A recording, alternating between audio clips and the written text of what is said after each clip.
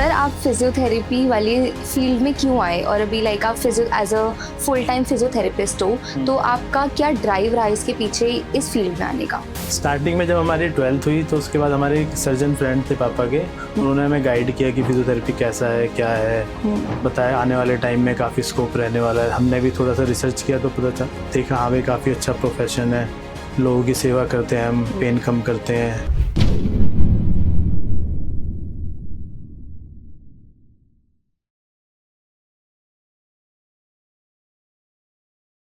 Welcome to TVT podcast. आज हमारे साथ है Rohit Kashyap sir as a physiotherapist.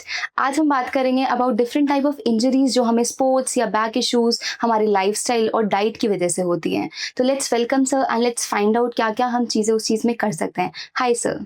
Thank you Nandini for inviting me on TVT podcast. Myself Dr. Rohit Kashyap, sports physiotherapist.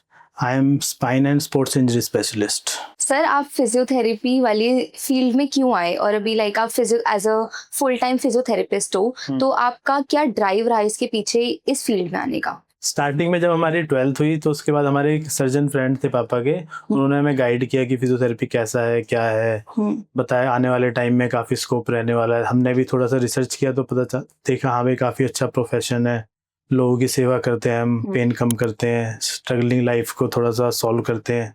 तो हमने फिर physiotherapy profession join किया। Okay तो सर आजकल हमें इतनी ज़्यादा नीड क्यों पड़ रही है फिजियोथेरेपिस्ट की? बेसिकली आज के टाइम में सेडेंटरी लाइफस्टाइल है, खाना हवा पानी तीनों ही खराब हैं, और जो सबसे इम्पोर्टेंट पार्ट है हमारा जो मस्कुलोस्केलेटल इतने सारे इश्यूज होते हैं, इसके पीछे विटामिन डी और B12 की कमी। जो हमारा सेडेंटरी लाइफस्टाइल की होने की वजह से पहले क्या होता था, बेसिकली घर खुले होते थे तो विटामिन डी का जो मेन ओपन सोर्स है वो है सनलाइट। तो आजकल सनलाइट एक्सपोजर ही नहीं रहा, सब कुछ AC में घर सबके ढके हुए हैं, तो विटामिन डी की कमी से और तो जो मेजर पेन कॉजेज है विटामिन डी की डेफिशिएंसी है, और बाकी सेडेंटरी लाइफस्टाइल एक्टिविटीज वगैरह हमारी कम है। तो इस वजह से ये मतलब पहले हम ज्यादा वर्क करते थे, जाते थे, घूमते थे, बट अब तो हर चीज ऑन हमारे फोन है, कुछ भी मंगवा लो, कुछ भी कर लो, सब कुछ फोन पे ही बेसिकली उसी की वजह से हम चाहिए। हमें एक इनिशियल लेवल पे कैसे पता चलेगा कि हमें एक फिजियोथेरेपिस्ट की नीड है? अगर हमें कोई पेन हो रहा है तो मतलब नॉर्मली होगा कि वो डॉक्टर के पास जाते हैं, बट दे डोंट नो कि उसके लिए हमें फिजियो के पास जाना चाहिए। तो वो हम चीज़ कैसे रिकॉग्नाइज करें एक स्टार्टिंग के लेवल पे? देखो इसमें क्या होता है, कोई भी ताज़ा पेन हो, एक्यूट पेन, किसी को भी कोई ताज़ा पेन होता है तो बेसिकली सबसे पहले तो कोई भी 1-2 एंटी इन्फ्लेमेटरी लेके आइसिंग करके वो सॉल्व हो सकता है। 2-4 दिन में अगर आपका पेन सॉल्व नहीं हो रहा तो आप फिजियोथेरेपिस्ट के पास जा सकते हैं, डायरेक्टली भी आप फिजियोथेरेपिस्ट के पास जा सकते हैं उस पेन को रिजॉल्व करने के लिए। बट इन्फ्लेमेशन ज़्यादा है तो कई बार एंटी इन्फ्लेमेटरी लेने की नीड पड़ती है। ओके तो हमें अगर कुछ दिन में आराम नहीं पड़ रहा है तो हमें फिजियो को कंसल्ट करना चाहिए। हाँ एग्जैक्टली। तो इसमें पेन को छोड़ के और भी एस्पेक्ट्स हैं, आपको चलने में दिक्कत है, उठने बैठने में दिक्कत है, किसी भी तरीके से लाइफस्टाइल इशू से आप स्ट्रगल कर रहे हो, ज़्यादा देर बैठने में प्रॉब्लम है, चलने में, सीढ़ी चढ़ने में, उतरने में, तो आप डायरेक्टली फिजियोथेरेपिस्ट को मिल सकते हो। आजकल लाइक हम 8 से 9 घंटे भी काम करते हैं, लाइक 9 घंटे की शिफ्ट कर रहे हैं तो पूरे दिन बैठ रहे होते हैं, तो उस वजह से भी प्रॉब्लम हो रही है हमें। हाँ इसमें बेसिकली लॉन्ग सिटिंग सबसे बड़ी प्रॉब्लम है आज के लाइफस्टाइल में। तो इससे होता क्या है एक्चुअल में, हम लॉन्ग सिटिंग में जैसे कि इस पोजीशन में मैं बैठा हूँ, पूरे दिन बैठा रहूंगा तो क्या होगा, हिप फ्लेक्सर्स हमारे टाइट हो जाएंगे। आगे की मसल टाइट हो जाएंगी, तो आगे की अगर टाइट हो गई तो पीछे की वीक हो जाएगी। हमारी बॉडी बायोमैकेनिकल मॉडल है, एक बायोमैकेनिकल मॉडल के हिसाब से देखेंगे, कोई भी अगर मैं इस पोजीशन में बैठा हूँ तो आगे की मसल श्रिंक हो रही है, पीछे की रिलैक्स हो रही है, तो लॉन्ग सस्टेन लॉन्ग पोस्चर में क्या होगा, ये टाइट हो जाएंगी, पीछे की मसल्स वीक हो जाएंगी। तो ये एक मेजर कारण है हमारे बैक पेन और नी पेन होने का। अगर ग्लूट्स मसल हमारे अच्छे से काम करेंगे तो हमें नी और पेन होने के चांसेस 70 to 80% तक कम रहेंगे। ओके लेकिन हमारा तो अब ये होता है कि अगर 9 घंटे की शिफ्ट है तो 9 घंटे बैठना ही है, तो हम ऐसी क्या चीजें कर सकते हैं कि हमारा वो पोस्चर भी ठीक रहे और हमें कुछ प्रॉब्लम्स ना हो? तो इसमें प्रोफेशनल डिमांड के हिसाब से हमें कुछ एक्सरसाइजेस, कुछ एक्टिविटीज करना जरूरी है। एडिशनली हमें 15 to 20 मिनट्स अपने आप को देने चाहिए इसमें। जैसे कि मैंने कहा लॉन्ग सेटिंग का काम है तो हिप फ्लेक्सर हमारे टाइट है, तो इसमें क्या होगा, हमारा जो बेसिकली हम हिप फ्लेक्सर्स मसल्स होती है, इलियकस, श्वास, इन मसल्स को स्ट्रेच करना है और ग्लूट्स मसल को एक्टिवेट करना है। आजकल बहुत ज्यादा हमारी बैक इश्यूज हो रहे हैं, नेक इश्यूज हो रहे हैं, हमारा पोस्चर गलत है जिस वजह से ये सब चीजें हो रही है, तो उसको हम एक कैसे लेवल पे हम करेक्ट कर सकते हैं, या फिर हमें डायरेक्ट फिजियो के पास ही जाना चाहिए? इसमें डायरेक्टली फिजियो के पास ही जाना चाहिए। तो बेसिकली जो मेन प्रॉब्लम है वो पोस्चर ही है, रॉन्ग पोस्चर या सस्टेन्ड पोस्चर आप कह सकते हैं, लंबे समय तक बैठे रहना, कोई भी पोस्चर चीज़ रॉन्ग पोस्चर में करना, तो इसके कारण जैसे कि मैंने पहले ही बताया, कुछ मसल्स हमारी टाइट हो रही हैं, कुछ वीक हो रही हैं, तो ये हमारे एक बायोमैकेनिकल एरर प्रोड्यूस करती है बॉडी के अंदर। कुछ मसल यहाँ से एक जगह से टाइट है तो दूसरी जगह की ऑटोमेटिकली वीक हो जाएगी। ये एक हमारे स्पाइन में एक टॉर्जन क्रिएट करता है। टॉर्जन क्रिएट करेगा तो जहाँ प्रेशर आना चाहिए वहाँ नहीं आ रहा है, और एक जगह ज़्यादा आ रहा है, एक जगह कम आ रहा है, तो इसके कारण हमारा जो बोन पोजीशन और ज़्यादा डिस्टर्ब हो जाती है और डिस्क पे प्रेशर बढ़ जाता है। और फिर सडनली ऐसी हैवी काम करते वक्त सडनली पेन आ जाता है और डिसबंज भी हो सकता है, या कोई मसल स्पाज्म में भी जा सकता है। और स्पोर्ट्स पर्सन जैसे होते हैं उनको बहुत ज़्यादा इंजरीज हो जाती है, तो हम उनको कैसे आप रिकवर करते हैं और कितने टाइप ऑफ इंजरीज उनके में होती हैं? स्पोर्ट्स इंजरीज की बात करें, जो कॉमन स्पोर्ट्स इंजरीज होती हैं बेसिकली शोल्डर इम्पिंजमेंट, नी की बात करें तो ACL मेनिस्कस टीयर्स हो सकते हैं, जैसे कि रनिंग्स वगैरह, रनिंग एक्टिविटीज ज़्यादा तो उसमें एंकल स्प्रेन्स काफ़ी कॉमन है फुटबॉलर्स में, क्रिकेटर्स में। एक्यूट बैक पेन और नेक पेन, ये इश्यूज हैं।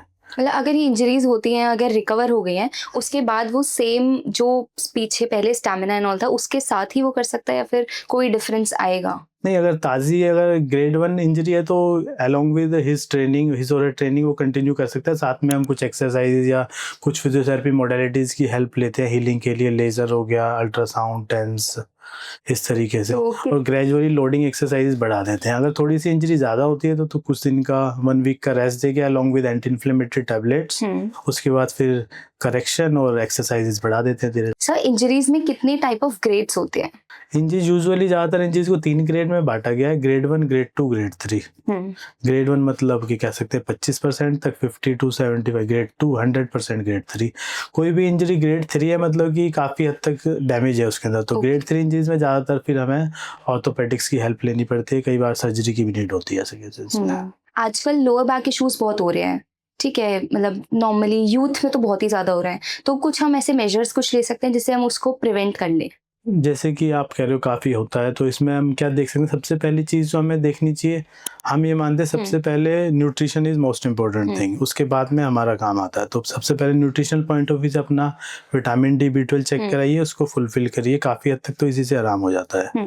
इसके बाद फिर हम जैसे कि बायोमैकेनिक्स की बात करें, प्रोफेशनल डिमांड के हिसाब से कौन सी मसल उसकी टाइट हो रही है, कौन सी वीक हो रही है, उसके हिसाब से कुछ एक्सरसाइजेज ज़रूरी हैं, वो चेक करके या उसके प्रोफेशन के हिसाब से या उसके स्पोर्ट्स के हिसाब से वो डिसाइड होगा। फिर जनरल स्ट्रेंथनिंग, जैसे कि ग्लूट्स की स्ट्रेंथनिंग रहेगी तो बैक पेन होने के चांसेस काफ़ी कम रहेंगे। इसमें कुछ और चीज़ें भी आ सकती हैं, जैसे कि बैक पेन रहता है तो that can be because of some visceral issue also. हमारा पेट में कुछ इशू है, लीवर में कुछ इशू है, यूट्रस में, ओवरी में, इंटेस्टाइन में, तो हमारा जैसे बैक के आगे बिल्कुल पेट है, तो इसमें कुछ भी इशू है तो इसके कारण भी हमारा पेन पीछे की तरफ जाता है। तो गट हेल्थ ठीक रहना is the most important part. उसकी मेनली हमारा क्लीन डाइट रहना चाहिए जिससे कि हम बैक पेन वगैरह इश्यूज को रिजॉल्व कर सकें। न्यूट्रिशन ठीक रहे, गट हेल्थ ठीक रहे, और बेसिकली हमारा थोड़ा लाइफस्टाइल एक्टिव। बट आजकल जैसे क्लीन डाइट किसी की भी नहीं होती है, घर के खाने से ज़्यादा बाहर का खाना प्रेफर करते हैं, तो ऐसा क्या ऑल्टरनेट ऑप्शंस हम ले सकते हैं जो कि हम उसकी क्रेविंग को भी हटा लें और हम हेल्दी खाएं? तो इसमें बेसिकली क्या होता है, सबसे ज़्यादा जो ओवरलोड स्ट्रक्चर है ये हमारा आ रहा है लीवर पे। एक्सटर्नल फूड ज़्यादा खाना, लीवर प्रॉब्लम तो समझ लो पूरी बॉडी ग्रेजुअली डिसफंक्शन में जाना, तो लीवर को ठीक रखना बहुत ज़रूरी है। अगर आपको खाना ही पड़ता है तो लीवर डिटॉक्सिफिकेशन का ध्यान रखो। सिंपल सी चीज़ जो आप कर सकते हो, डिटॉक्स वाटर यूज़ कर सकते हो कुछ टाइम के लिए, 1-2 मंथ्स के लिए, या डेली भी मॉर्निंग में कर सकते हो, बट बेटर है 6 महीने में 1-2 महीने के लिए डिटॉक्स वाटर यूज़ कर लिया डेली 1 लीटर बॉटल, तो it will better for your liver health. Liver ठीक तो ओवरऑल हेल्थ काफी ठीक रहेगी। तो ये चीजें कम इफेक्ट करेंगी बेसिकली। सर, आजकल लोगों को बहुत ज्यादा एक प्रॉब्लम आ रही है, दैट इज फ्रोजन शोल्डर, लेकिन बहुत लोगों को पता भी नहीं है वो होता क्या है, तो आई वांट टू नो वो होता क्या है और उसको हम कैसे ठीक कर सकते हैं? फ्रोजन शोल्डर में क्या होता है, बेसिकली जो हमारा शोल्डर की रेंज ऑफ मोशन है काफी रिड्यूस हो जाती है। होती क्यों है? तो इसमें बेसिकली इसके होने के चांसेस ज़्यादातर होते हैं डायबिटीज़ पेशेंट या थायराइड पेशेंट है, इन केसेस में मोस्ट ऑफ द 90% इन्हीं केसेस में होता है। ऐसा होता क्यों है? बेसिकली डायबिटीज़ पेशेंट में कहता है, मान लो छोटा सा कोई चोट लगी, हिट लगी मसल में, सडनली दीवार में लग गया, कुछ ट्विस्ट हो गया, तो छोटा मोटा जो वियर एंड टियर है डायबिटिक पेशेंट है वो हील नहीं करता जल्दी से। वो हील नहीं करेगा तो क्या बॉडी एक प्रोटेक्टिव मैकेनिज्म देगी, उसको आसपास के एरिया को भी टाइट कर देगी। टाइट कर देगी तो फिर सारी रेंज ऑफ मोशन रिस्ट्रिक्ट हो जाएगी, ऊपर नहीं उठेगा, साइड में नहीं जाएगा, पीछे नहीं जाएगा। तो फ्रोजन शोल्डर का बेसिकली क्लियर वो है जो फीचर है, तो बेसिकली सबसे ज़्यादा पीछे हाथ नहीं लेके जा पाता, इसको कहते हैं कैप्सुलर पैटर्न। इंटरनल रोटेशन सबसे ज़्यादा रिस्ट्रिक्टेड होती है, फिर एबडक्शन, फिर फ्लेक्शन। और night pain is very common. रात में सोते सोते पेन हो जाना, या सडनली किसी का हल्का सा हाथ लगा तो सडनली शार्प शूटिंग पेन होना। और इसको हम कैसे ठीक कर सकते हैं? लाइक हमें फिजियोथेरेपिस्ट के पास ही जाना पड़ेगा या फिर खुद हो सकता है ये कुछ? डिपेंड करता है सिवियरिटी पे। अगर बात करें एक्चुअल में फ्रोजन शोल्डर खुद रिजॉल्व हो सकता है 6 से 8 महीने में, सेल्फ लिमिटिंग कहते हैं। जो स्टिफनेस आई है बॉडी का सेल्फ मैकेनिज्म होता है, ग्रेजुअली वो सबसाइड कर देगा। बट पेशेंट अगर ज़्यादा परेशान है तो इसमें हम फिजियोथेरेपी की या ऑर्थोपेडिशियन की हेल्प ले सकते हैं। फिजियोथेरेपी इसमें क्या करता है, बेसिकली उसको जो रेंज ऑफ मोशन टाइट हो गई है उसको ग्रेजुअली खोलना, उसको पेन को कम करने के लिए कुछ मोडालिटीज़ की हेल्प करना। साथ में जो रेंज टाइट है ग्रेजुअली हम खोलेंगे तो उसमें उस रेंज में स्ट्रेंथनिंग भी जरूरी है। तो कितने टाइम, मतलब टाइम फ्रेम में वो चीज़ ठीक हो सकती है? ये डिपेंड करता है सिवियरिटी पे। अगर कई बार क्या होता है फिजियोथेरेपी से ठीक भी नहीं होती, क्योंकि इन्फ्लेमेशन उसमें इतनी ज़्यादा है, स्वेलिंग अंदर, इरिटेशन कह सकते हैं। तो कुछ केसेस में हमें ऑर्थोपेडिशियन की हेल्प लेनी पड़ती है। ऐसे में स्टेरॉइड इंजेक्शन काफ़ी हेल्पफुल रहता है अंदर इन्फ्लेमेशन को सबसाइड करने के लिए। सडनली पेन कम हो जाता है। बट कुछ दिन के लिए फिजियोथेरेपी से पहले देखते हैं, आराम आ जाता है तो वेल एंड गुड। अगर लगता है पेशेंट को बिल्कुल भी आराम नहीं आ रहा, then we can refer them for orthopedician. आजकल सर ऐसा भी होता है कि जो बड़े लोग हैं उनके में ये होता है कि उनको जॉइंट पेन या नी पेन ये सब चीजें होती हैं, तो लोग बोल देते हैं आपको ऑस्टियोआर्थराइटिस है। तो क्या वो वही है या फिर कोई और भी चीजें हैं जो उनको हो रही होंगी? मेरा ये मानना है, जैसे कि हमारे पास कोई भी पेशेंट आया, वो कहता है जी हमारे नी में पेन है, राइट नी में पेन, जी ऑस्टियोआर्थराइटिस हो गया, घुटना घिस गया है। मैं कहता हूँ अगर ये एजिंग प्रोसेस है, और जैसे कि और लोग और डॉक्टर्स कहते हैं और तो जी ऑस्टियोआर्थराइटिस, मेरा ये मानना है और तो एक ही में क्यों हुआ, दोनों में क्यों नहीं हुआ। If it is an ageing process, तो हमारा ओपिनियन क्या है इसमें, it is because of mechanical imbalance. तो हमारी बैक से कुछ इम्बैलेंसेज हैं उसमें जो एक साइड की लोडिंग को बढ़ा रहे हैं। हमारी जैसे कि बैकबोन दोनों की साइड के एक रोटेशनल फोर्स आ गया है उसके अंदर, जो एक साइड की लोडिंग बढ़ा रहा है। आप अगर वेइंग मशीन पे चेक करोगे, एक पैर पे वेट ज्यादा आएगा, एक पे कम आएगा। तो एक पैर पे ज्यादा लोड आ रहा है, हम चल रहे हैं, सारे काम कर रहे हैं, ऑब्वियसली वो चीज ज्यादा घिसेगी। तो उसको ऑस्टियोआर्थराइटिस कह देना एक वो समाधान नहीं है दवाई दे के सोल्यूशन। तो करेक्शन तो उसका कमर से जब तक लोडिंग इक्वल नहीं होगी तब तक वो हील कैसे करेगा। इसमें एक एग्जांपल देना चाहूंगा, कोई जख्म है उसके ऊपर मैंने 5 किलो का पत्थर रख दिया, तो वो हील करेगा? नहीं करेगा। पहले 5 किलो का पत्थर हटाएंगे जब तो हील करेगा, तभी नॉर्मल फिजियोथेरेपी एक्सरसाइजेस भी हेल्प करेगी जब हम मैकेनिकल इम्बैलेंस ठीक कर देंगे। बट ऐसे होता कैसे है कि एक साइड ज्यादा लोड जा रहा है और दूसरी साइड नहीं जा रहा है? तो ये बैक की इशू के कारण। ओके। जो हमारी बैकबोन से उसमें थोड़ा सा सडन जर्क से या रॉन्ग पोस्चर से इम्बैलेंस क्रिएट हो जाता है। इसको क्लियर कट देखने के लिए आप देखोगे पेशेंट को या किसी भी क्लाइंट को सीधा लेटा के उल्टा, एक पैर छोटा मिलेगा थोड़ा सा, एक पैर बड़ा मिलेगा। तो नी पेन ज्यादातर मिलेगा तो आपको लॉन्ग लेग साइड वाले में मिलेगा। ओके। मतलब कोई इंजरी या कुछ ही हुआ होता है जिस वजह से ये चीज हुई होगी? इंजरी भी कह भी सकते हो, पोस्चरल भी हो सकता है इसमें। मतलब बाय बर्थ तो कुछ नहीं होता है इससे? नहीं, बाय बर्थ नहीं होता। ऑस्टियोआर्थराइटिस में बाय बर्थ वाला कुछ नहीं है। तो इस चीज को हम ठीक कैसे कर सकते हैं? तो जैसे कि मैंने बताया, बॉडी का इम्बैलेंस ठीक करेंगे। और जैसे कि नी में है तो नी में कुछ एक्सरसाइज, वीएमओ मसल का स्ट्रेंथनिंग, ग्लूट्स मसल का स्ट्रेंथनिंग। आपका कोई पेशेंट हो जो ये बोल के आए हो कि मेरे को ऑस्टियोआर्थराइटिस है, बट वो था ही नहीं, कुछ और था? एक एग्जांपल बताता हूँ, बहुत अच्छा एग्जांपल है। हमारे पास लास्ट मंथ एक पेशेंट आए, 2 साल से उनको घुटने में दर्द है। अब मैं नाम तो नहीं लेना चाहूंगा, ऑर्थोपेडिशियंस को कई हॉस्पिटल्स में उन्होंने दिखाया, कोई समाधान नहीं। लास्ट टीकेआर, नी रिप्लेसमेंट करना पड़ेगा। हमारे पास 3 सेशन हुए, उनका पेन खत्म हो गया। ओके। 3 सिटिंग में। तो हमने किया बेसिकली, हमने जो L4 L5 उनका डिस्टर्ब था कमर से, तो औरों को डिजनरेशन तो उनका दिख रहा था कि घिसा हुआ है, बट वो नहीं दिख रहा था कि हमें और कहीं भी कंपेंसेशन हो सकता है इसका। तो उनका कमर पे ठीक करने से उनका घुटने का दर्द ठीक हो गया विदिन 3 सेशन।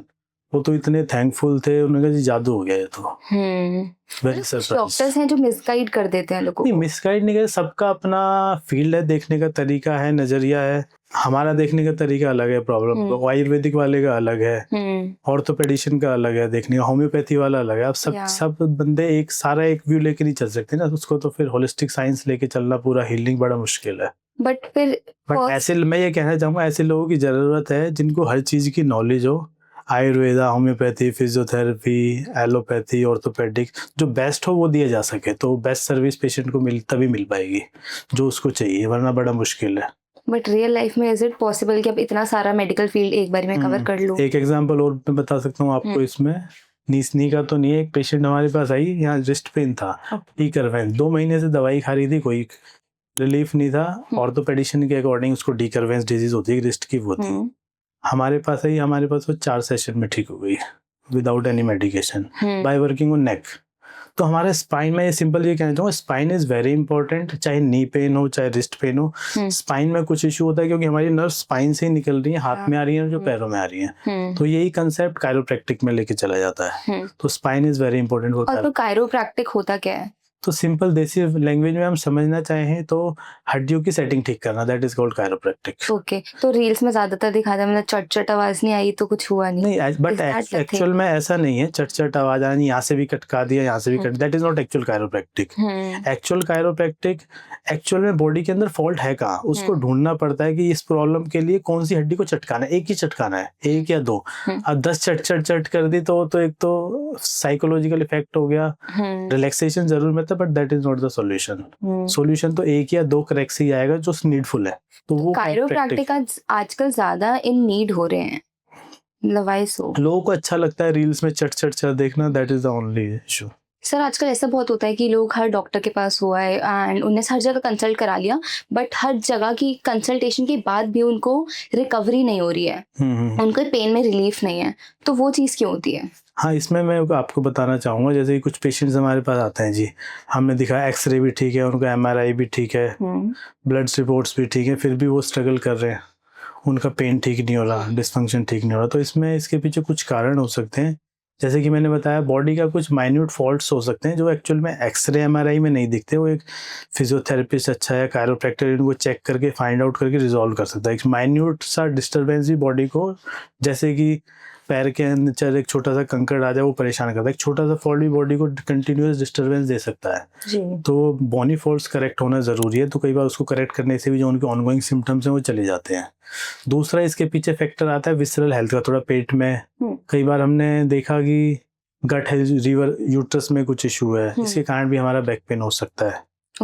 एक पेशेंट हमारे पास आई, जैसे कि उसको 2 महीने से रेडिएटिंग पेन था पैर में, मेडिसिन ले रहे थे, फिजियोथेरेपी, वो मशीनों वाली फिजियोथेरेपी भी करा रहे थे, बट कोई रिलीफ नहीं आ रहा था। हमारे पास आए, हमने चेक किया तो उनका बेसिकली गट हेल्थ में कुछ इशू था। जो यूट्रस था वो थोड़ा सा स्टिफनेस थी यूट्रस में, हमने हाथ से थोड़ा यूट्रस वाले एरिया को रिलीज किया तो उनका रेडिएटिंग पेन चला गया।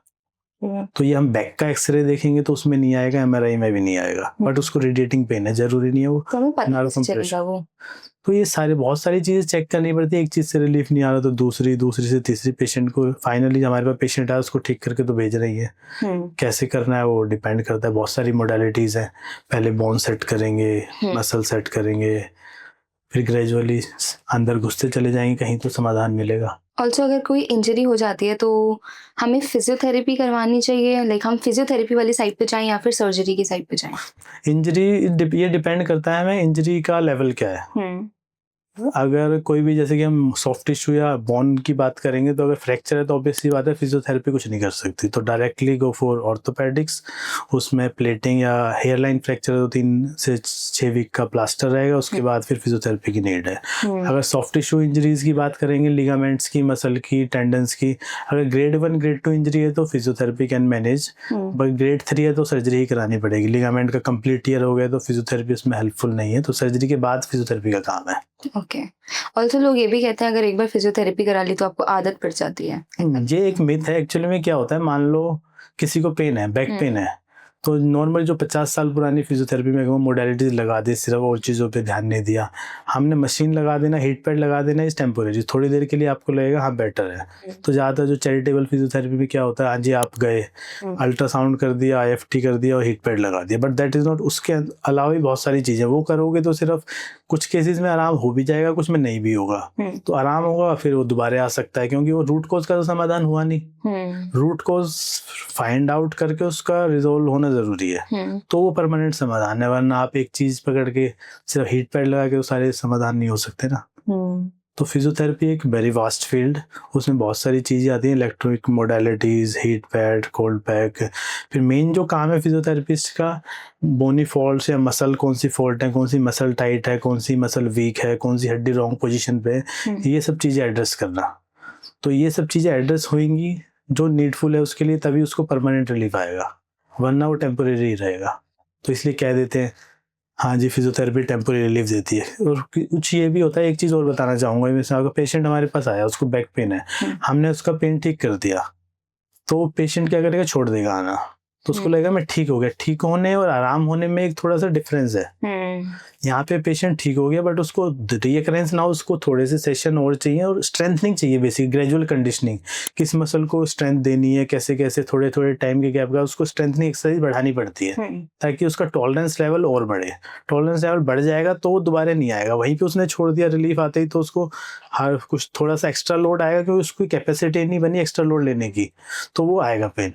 ऑल्सो लेकिन कुछ लोग ऐसे होते हैं, उन्हें लगता है कि अब रिलीफ मिल गया है, बट उनके सेशंस पड़े हैं, बट वो छोड़ देते हैं, जैसे कि हम नॉर्मल दवाइयों के पेशेंट ही हफ्ते बाद 15 दिन बाद उनको कहेंगे हाँ जी दोबारा पेन आ गया, फिर दोबारा आना पड़ेगा, उनके वो कहेंगे जी रिलीफ पूरा नहीं हुआ। तो एक बारी में हमें प्रॉपर पूरा मेडिकेशन, हाँ, जब तक आपका फिजियोथेरेपिस्ट कहे आना है तो जाना चाहिए। उनके हिसाब से एक्सरसाइज जाना भी जरूरी है, उनके हिसाब से एक्सरसाइज इज मोर इम्पोर्टेंट, कौन कौन सी एक्सरसाइज करनी है और कैसे करनी है, और ग्रेजुअल प्रोग्रेशन उनका जरूरी है। ऑल्सो हमें अगर कोई फिजियोथेरेपिस्ट को कंसल्ट करना है तो क्या ऐसे मेट्रिक्स रहेंगे जिसको हमें देख के जाना चाहिए?